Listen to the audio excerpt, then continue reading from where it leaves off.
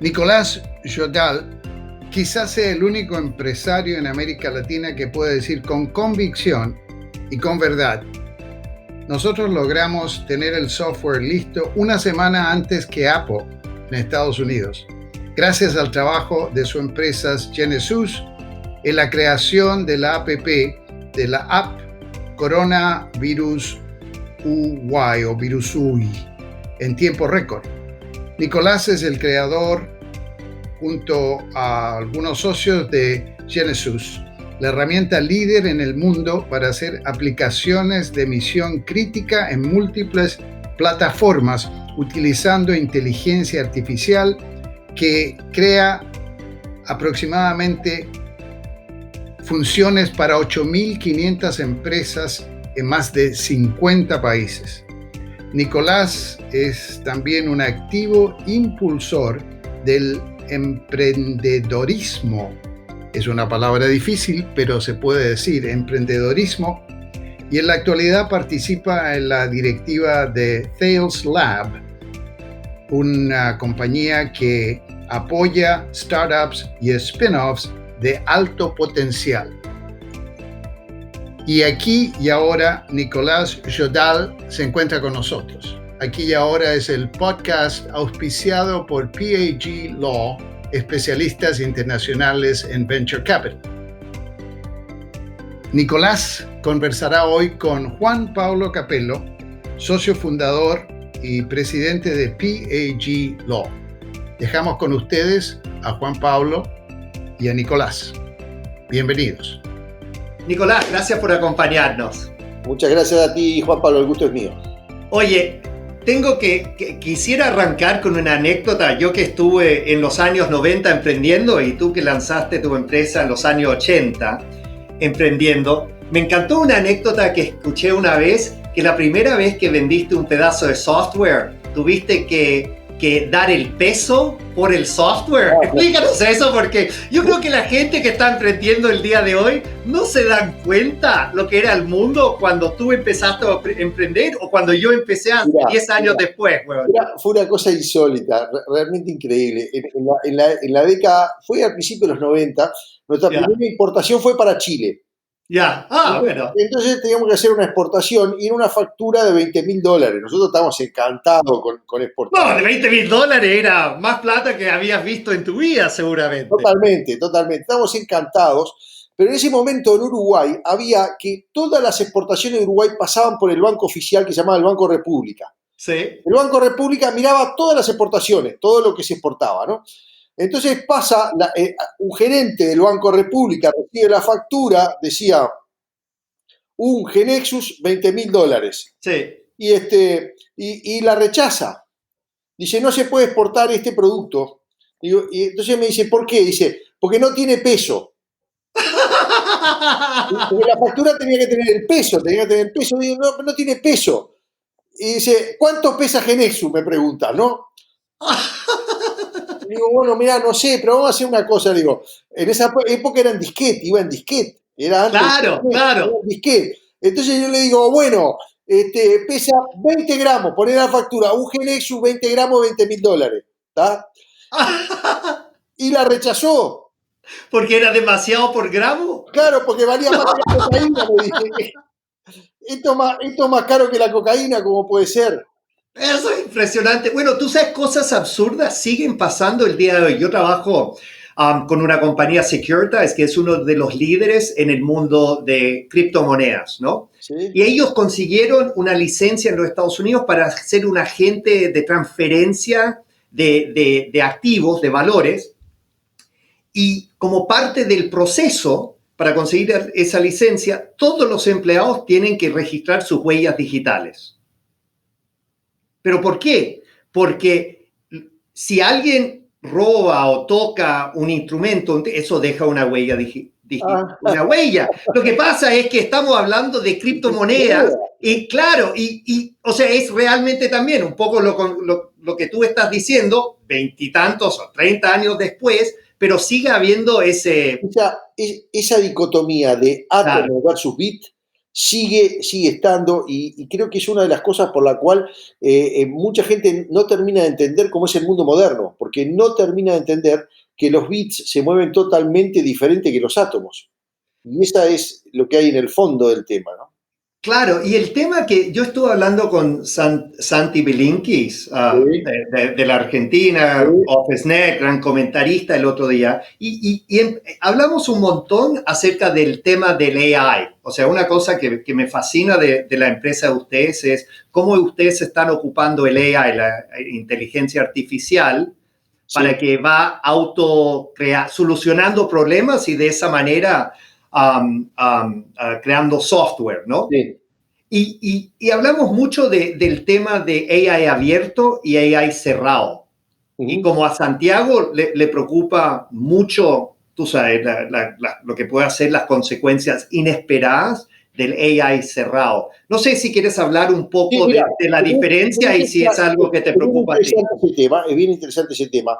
Yo en particular tengo más que abierto o cerrado, la preocupación importante es si puede explicar lo que hizo la inteligencia artificial o no la puede explicar. Ya. Yeah. Entonces, por ejemplo, una de mis áreas que últimamente le he dedicado bastante tiempo es todo el tema de vehículos autónomos. Uh-huh. En el tema de vehículos autónomos se está usando. Yo tengo un Tesla. O sea, yo soy muy fan de esa tecnología. Yo también tengo. Ah, eso. Por algo yo sabía que nos íbamos a llevar bien. Pero tú también eres piloto de autos de carrera, ¿no? Estoy retirado, era. Ah, bueno, está Pero ahora, bien. ahora disfruto con el autopilot. Disfruto mucho cuando llevo amigos y voy hablando y mis amigos Ah, se ponen muy nerviosos y quieren agarrar el sí, volante. se cagan de susto. Sí, sí, Claro, sí. Es lo mejor, es lo mejor. me quieren agarrar el volante. Ven que viene la curva y yo miro para el costado y me quieren agarrar el volante. Ya me ha Me pasado. encanta. Pero bueno, perdona, bueno. Entonces, el tema, y es una discusión profunda que hay, sobre Sí, todo en tema de ingeniería, es, yo puedo usar algo que lo entrené, pero no sé cómo funciona, o tengo que usar algo que me puede explicar por qué funciona.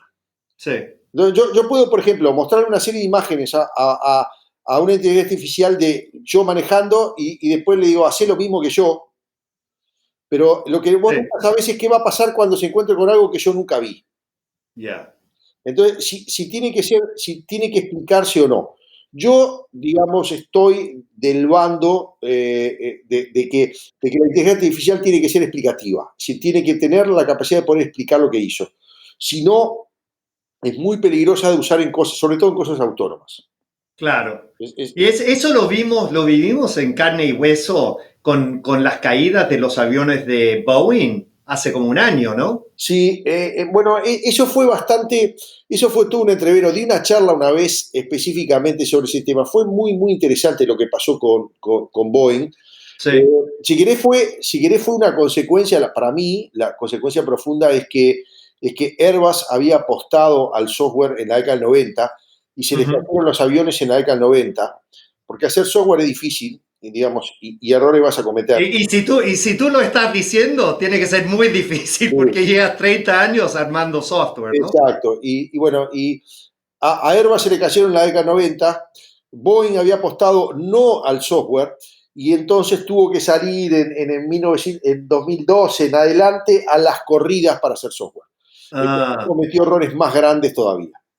ya. Es- Oye, y volviendo, tú sabes, como tú dijiste que hay distintas bandas con este tema del AI. O sea, sí, hay, por ejemplo, Elon Musk, sí, que si bien entiendo está muy preocupado de la inteligencia artificial y particularmente la que no se puede explicar. sí, Y después tienes, no sé, yo estuve charlando con Eric Schmidt, que es uno de sí, los primeros en sí, Google, el primer gerente general, y él tiene una filosofía un poco más tranquila sobre el tema. sí, Y sí, de que al fin y al cabo, ¿puedes explicar un poco las preocupaciones y por qué sí, tú sí, estás al lado de que estás? sí, sí. Las preocupaciones vienen porque hoy, en realidad, es todo alrededor de una sola tecnología dentro de la inteligencia artificial que se llama Deep Learning.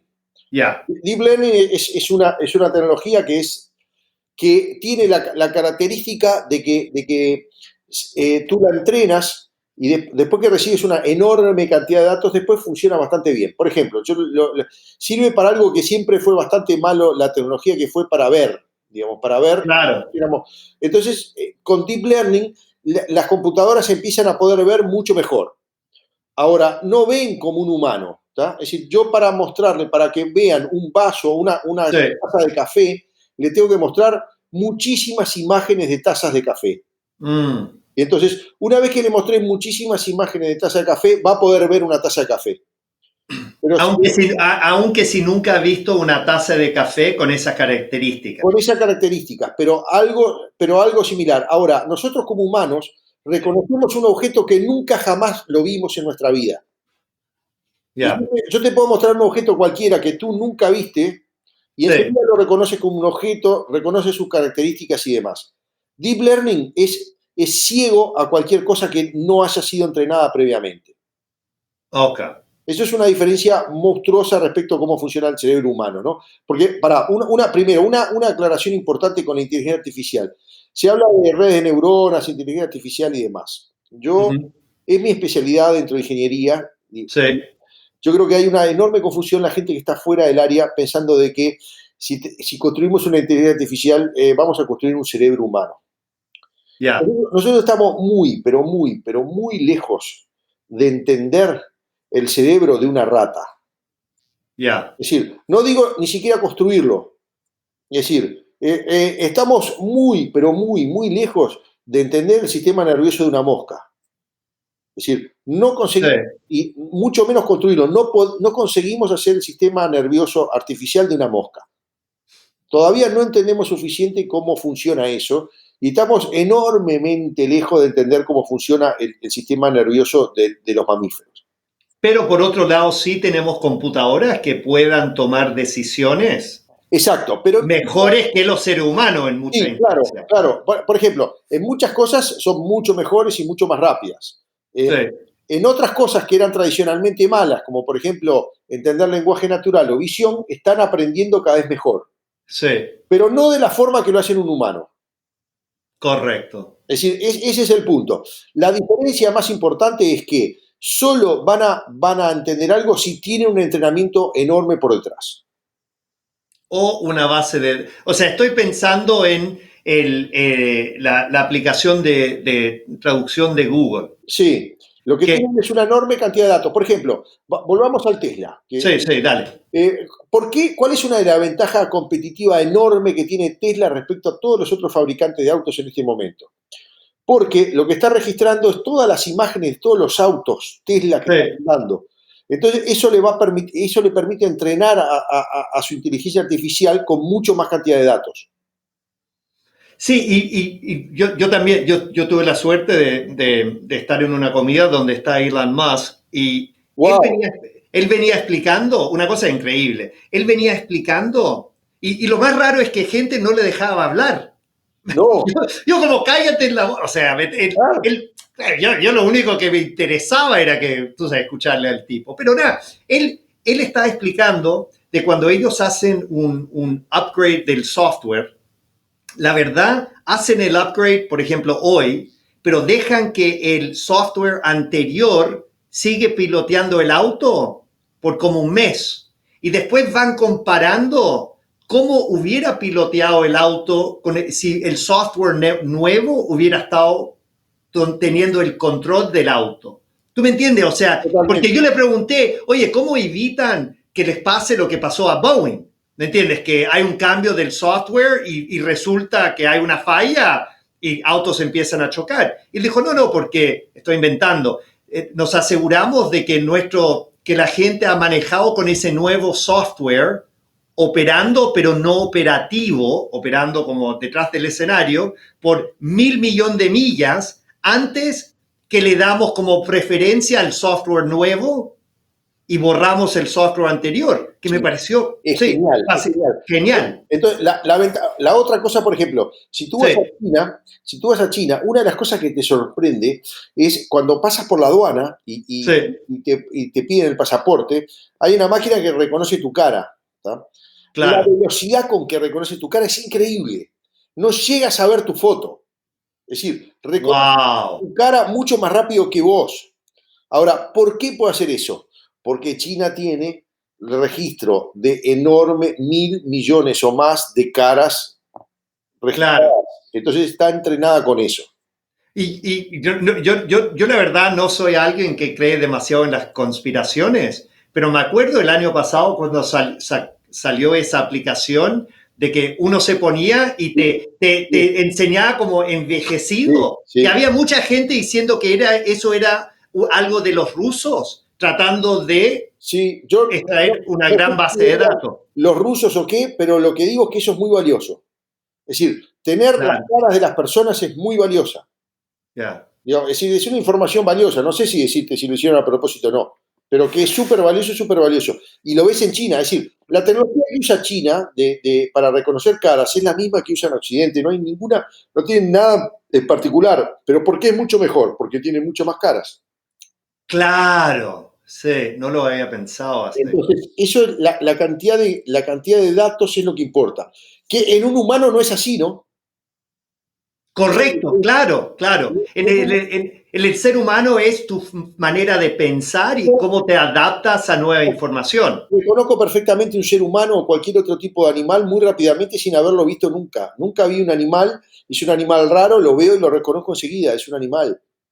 Claro, No tengo no necesito ningún entrenamiento sobre eso. Esa es la diferencia. Ahora, ¿cuál es el punto, digamos? Cuando voy a hacer, el software está invadiendo el mundo, entonces estoy metiendo el software en cada vez cosas más peligrosas. Manejar un auto solo es una cosa peligrosa, manejar un avión solo es una cosa peligrosa. Son todas cosas que cada vez vamos a tener más. A veces es que maneje mi cuenta bancaria, es decir, no falta mucho para que claro. yo tenga un bot que maneje mi cuenta bancaria y decida comprar o vender acciones o cosas por el estilo. No, no, y bueno, sabemos que todas las casas de bolsa principales de Nueva York, o sea, la mayoría de los trades, de las compras y ventas de acciones que hacen, como es un juego de rapidez, o Exacto. sea, no hay tiempo para que un ser humano revise lo que esté haciendo el algoritmo. Exacto. Entonces, el punto filosófico que hay por detrás es, yo lo entrené y él hace en función de que creo, dado que lo entrené en esta enorme cantidad de datos, va a ser más o menos esto, Sí, o yo tendría que tener algún tipo de explicación. Él me tendría que poder explicar, yo hice esto porque tal y tal cosa. ya. Es decir, yo le digo, ¿por qué hiciste eso? Bueno, porque me pareció tal cosa, me pareció tal otra y demás. Es decir, si lo puedes explicar o no lo puedes explicar. Pero lo que yo entiendo, y yo obviamente no soy nada experto en el tema, es que entre comillas, problema es que cuando tienes dos programas de inteligencia artificial y uno tiene que poder explicar cómo está llegando a sus conclusiones, casi por definición, ese va a andar a un ritmo más lento que el que no tiene que dar ninguna explicación. Bueno, sí, sí, puede ser, porque es el tema de razonamiento versus intuición. Sí, puede ser. Ahí hay una cuestión también, hay una cuestión de qué potencia tengo para poder hacer una cosa u otra, ¿no? Digamos. Claro, y tú al final, o sea, a ti te preocupa, porque también parte de, por lo menos en los Estados Unidos, esta conversación, estas dos bandas alrededor de inteligencia artificial, de alguna manera son bandas que una es bastante optimista sobre el avance de la tecnología y la otra banda es bastante más pesimista de que la tecnología en algún día o tú sabes, toma el control 100% de nuestras vidas o que termina destruyendo el planeta. No, no, bueno, no, no, yo en eso estoy del lado optimista, digamos. Eso. Además, fundamentalmente, porque ya te vuelvo a decir, nosotros estamos enormemente lejos de entender, de poder construir un cerebro humano o un cerebro de una rata. Sí. El día que alguien venga y diga, yo soy capaz de construir el cerebro de una rata, ahí me pongo a temblar. Pero o sea, por ejemplo, en los Estados Unidos, Singularity University, ¿no? Sí, Que sí. ellos, un poco, el argumento de ellos, y esto es obviamente una pregunta, es, oye, con los avances exponenciales que estamos viendo en las tecnologías, que si bien estamos muy lejos de ese momento, por la aceleración del ritmo de cambio, en términos de años, no estamos, o sea, no es algo que es aquí a 200 años, es algo Sí, que tú tienes 4 hijos y que eso es algo que le puede afectar la vida de tus mira, hijos. hay una pregunta de fondo que Sí. es, o una duda de fondo es, ¿nosotros con nuestro cerebro somos capaces de entender cómo funciona nuestro propio cerebro? Digamos, es decir, ¿nuestro cerebro tendrá la capacidad de entender cómo funciona nuestro cerebro o simplemente no tiene la capacidad? Bueno, pero hemos sido, no mi cerebro, pero hay cerebros como el de Einstein, etcétera, que han sido capaces de entender más o menos cómo funcionan las reglas del universo. Del universo, pero no del cerebro. Ya. Es decir, nosotros, Es muy interesante, o sea, tu planteo, que me parece totalmente lógico, es que de alguna manera las reglas que hacen trabajar nuestro cerebro pueden ser más complejas que las reglas que hacen funcionar el universo. claro, sí, sí. ¡Wow! Por ejemplo, Sí, te lo digo así, el cerebro de un gato, que es extraordinario, sí, digamos, no está capacitado para entender un alfabeto. claro, No va a poder entenderlo nunca, digamos, no va a poder entender nunca el idioma español o una raíz cuadrada. No claro. tiene la capacidad para poder hacerlo. Entonces, nuestro cerebro también tiene esas limitaciones. Entonces, la limitación está, ¿podremos comprender cómo funciona nuestro propio cerebro o no?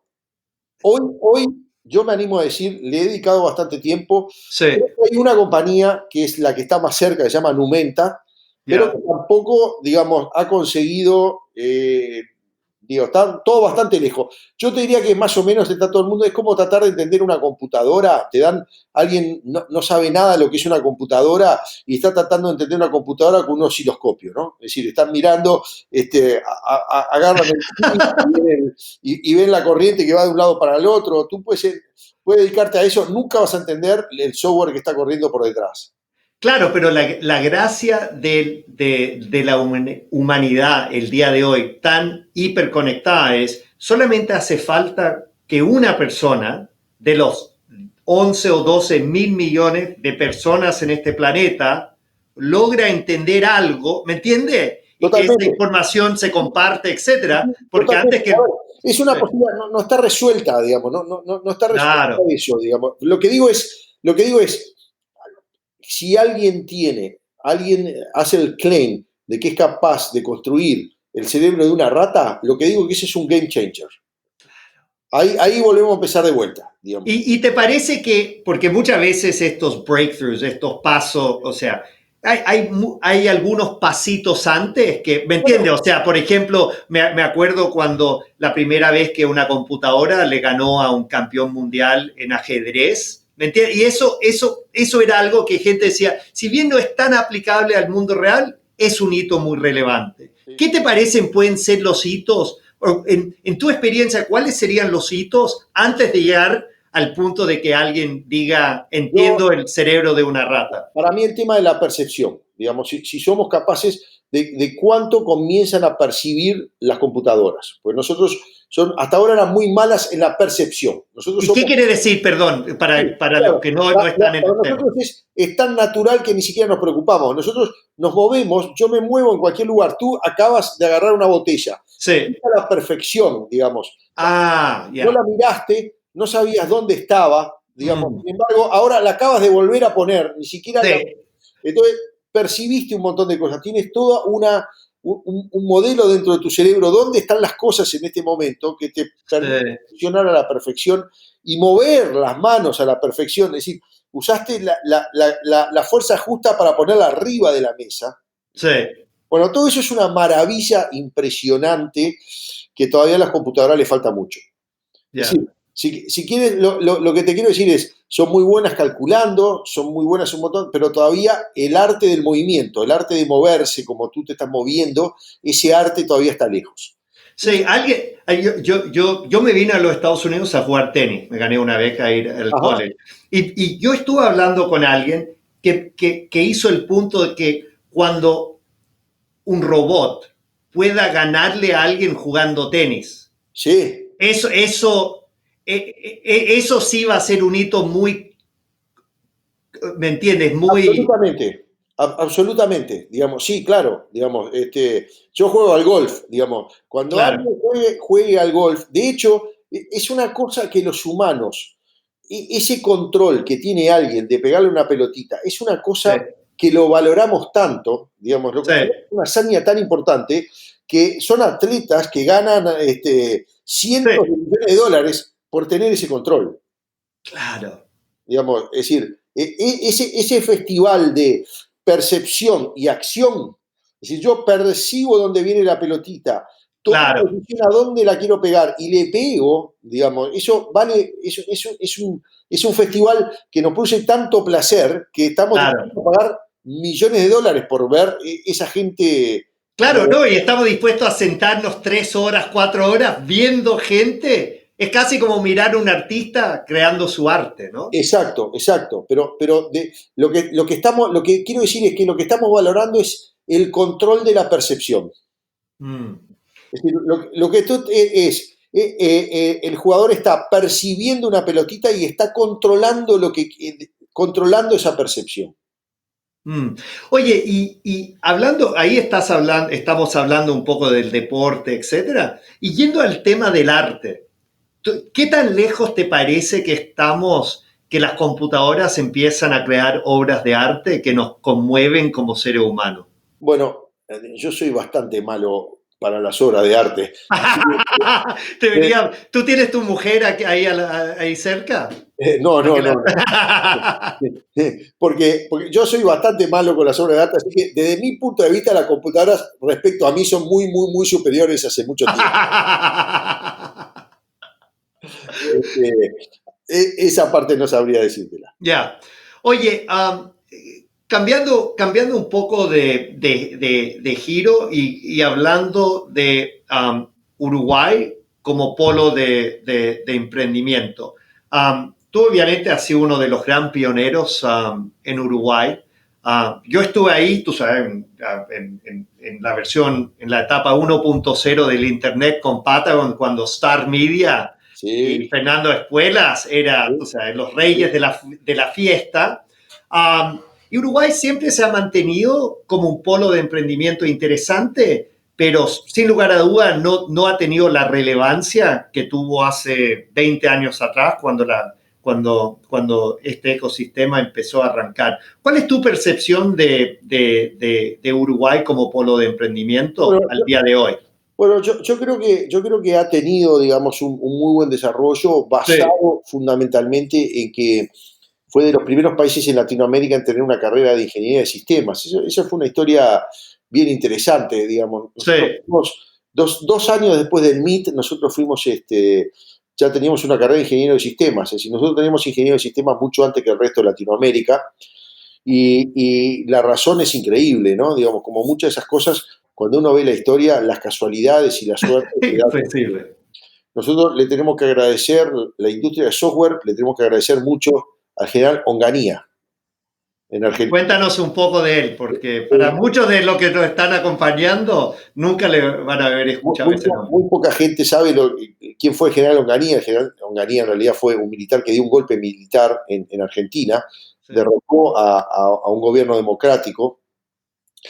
Y la causa de eso, digamos, al haber causado esa dictadura, lo que hizo es que mucha gente que pensaba que había ido a Argentina a crear la carrera de ingeniería de sistemas, emigró, Ah, le resultó inviable vivir en una dictadura y vino sí, a Uruguay. Entonces, lo que tendría que haber pasado en Argentina pasó en Uruguay. impresionante. Eso fue impresionante. La otra cosa que fue insólita, que Sí, fue una historia que yo alguna vez quisiera entenderla bien, pero en esa época, imagínate la década del 60, ¿no? sí. En Latinoamérica, ¿no? Revoluciones, No, había- tú y yo estamos ahí, yo un poco más joven que tú, yo tengo 53 años, pero claro, el golpe militar en Chile, yo tenía 6 años, o sea, me acuerdo perfectamente. exacto, bueno, todo eso convulsionado, en el medio de esa convulsión, el decano de la Universidad de Ingeniería de Uruguay Sí. el rector, decide comprarle a IBM una computadora en $1 millón. ¡No! Que era una cosa yo no puedo entenderlo, digamos, cómo alguien consiguió hacer eso, ¿no? No, porque eso era como gastar, no sé, 20 palos verdes el día de hoy o más. En un aparato que tú dices, Claro, ¿para qué va a servir? ¿Tá? claro, claro. En esa época había toda una discusión si el mercado de computadoras en el mundo era 5 computadoras, ¿no? Es decir, Claro, el tamaño del mercado era una discusión, ¿no? claro. Y el tipo compró una computadora digamos, en $1.000.000. ¿Cómo? Alguna vez me gustaría saber cómo fue la toma. Claro, En la universidad, que es una cosa normalmente que las decisiones se toman por consenso, es decir, que llevan años claro. y años. Bueno, este hizo plin y la compró. Entonces tuvimos digamos, un periodo de incubación de esos ingenieros de sistemas que luego en la década del 90 tuvo mucha fuerza, Ah, perfecto. digamos. Es decir, la formación y eso, las cosas llevan tiempo. Oye, ¿y Uruguay sigue siendo para mí tan pionero en todo el tema de la conectividad? O sea, para mí este tema de la inclusión financiera, tenemos que primero hablar de la inclusión digital. Que Totalmente. si- pero si entiendo bien, en Uruguay no solamente hay fibra óptica, pero cada uno de los alumnos de la primaria y de la secundaria tienen sus propias computadoras. Exacto. Cada uno tiene un notebook. Eso se llama el Plan Ceibal. Partió de la idea de One Laptop per Child. Nosotros fuimos el primero y el más extendido de los países en conseguir Sí, eso. Entonces, cada uno de los niños de Uruguay, independiente de su condición económica, todos tienen un notebook, todos tienen conexión y todos están, digamos, incluidos digitalmente. Esto, por ejemplo, eso fue una decisión del gobierno del año 2006. Yo participé en esa decisión. ah, ya, La gente me preguntaba, pero hacía una cuenta económica, digamos, esto, digamos, gasto tanto, cuánto gano, digamos, dónde está el ROI y ese tipo de cosas. sí, Bueno, mire, esto se va a ver después de muchos años. claro. ¿Tá? Es decir, bueno, increíblemente se vio todo su valor en marzo del 2020, ¿tá? Porque cuando empieza la pandemia Y quiero hablar de esto. O sea, el comentario que hiciste, que logramos tener la lista una semana antes que Apple en los Estados Unidos, hablando de la aplicación Coronavirus sí, Uruguay. pero, Impresionante. pero primero esto, fíjase, Sí, viene el COVID, dice, sí. se suspenden todas las clases, ¿tá? Todas No las lo clases había van a ser pensado, claro. virtuales. Ahora, si los niños pobres no tienen conexión, ¿cómo hace? ¿Lo dejas afuera? Y desafortunadamente, en los Estados Unidos, el país supuestamente más avanzado del mundo, eso ha sido el gran problema, de que muy poca gente está hablando, de que todo bien para los chicos adinerados, pero en muchas Exacto. casas, con suerte, hay una computadora y hay 5 cabros. Y en muchas casas, aquí en Miami, por ejemplo, no hay ni conexión de internet. Bueno, nosotros en eso, digamos, la plataforma de Ceibal, que es el Guanato Perchal, estuvo trabajando a fondo, digamos. Había Claro, 500.000 niños, 700.000 niños conectados todos los días. Es decir, que ya, nos permitió pasar ese proceso muy bien, ¿no? Que eso, si quieres, engancha con esto de la situación sí, del COVID. Yo creo que lo que está pasando es el software está invadiendo el mundo. Cuando el software claro, invade el mundo, favorece a los países pequeños. Cuando, claro, cuando el petróleo invade al mundo, favorece a los países grandes. Yo necesito economía de escala. sí, Henry Ford tenía que haber estado en Detroit, no podía haber estado en Montevideo, porque no había economía de escala. ah, No. Cuando yo tengo un país pequeño, yo puedo hacer innovaciones muy rápidamente a nivel país que en otro lado no se pueden hacer. ¿Por qué Uruguay pudo hacer One Laptop per Child? Porque somos 3 millones de personas. claro, ¿Por qué tenemos fibra óptica en todo el país? Porque somos 3 millones de personas. sí. Y un espíritu de innovador. En ese sentido, la anécdota de lo que pasó con el COVID fue increíble, porque en Uruguay tendría que haber sido la tormenta perfecta. Sí, Tendría que haber sido la tormenta perfecta. Para darte una idea de lo que estaba pasando en Uruguay, era un gobierno nuevo que asumió sí, con un cambio de partido. Es decir, después de 15 años de un partido, cambia el gobierno, asume un nuevo que además es una coalición de partidos. ya. Asume el nuevo presidente, está una semana, digamos, todos disfrutando del nuevo gobierno, y aparece una cosa increíble Claro, nadie había pensado, asume el 1 de marzo, asume el presidente, increíble. nadie absolutamente estaba hablando de nada que podía pasar en Uruguay el 1 de marzo. Imagínate, Y imagínate. el 13 de marzo explota todo. Sí, Yo me acuerdo que la situación fue que cuando esto comenzó a pasar, sí, una de las cosas es, nosotros en tecnología entendemos lo que quiere decir procesos exponenciales.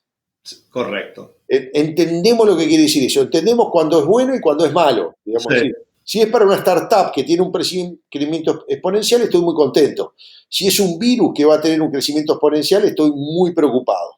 correcto. Entonces, una de las cosas que pasó es un grupo de gente de tecnología, no solo de Genesus, de mi empresa, nos Ujú. empezamos a decir, cuidado que esto es súper peligroso y nadie se está preocupando dentro del área de gobierno. Ahí Ah, nosotros nos conectamos con el gobierno. sí, Otra ventaja del país pequeño, es fácil llegar hasta el presidente de la República. claro. Y llegamos, se lo planteamos y para nuestra sorpresa nos dijo, bueno, tuve la primera reunión con gente de gobierno el sábado Sí, el sábado 14 de marzo, el domingo estábamos en la torre ejecutiva de presidencia de la República, donde nos impresionante. dijeron go, no go, nos dijeron go, Ya. y el viernes teníamos la aplicación en producción. En menos de una semana. En menos de una semana. Trabajamos 24 No, horas. no, no, no, eso no me cae duda, güey. Trabajamos 24/7, trabajamos 150 personas que la mayor parte nunca nos conocimos. Queremos hacer un asado para juntarnos todos, pero todavía está prohibido, todavía no lo conseguimos. Esta vez no vamos a conseguir, pero es demasiada gente para estar juntos todos. Claro. Y bueno, y lo hicimos, sí, en tiempo récord.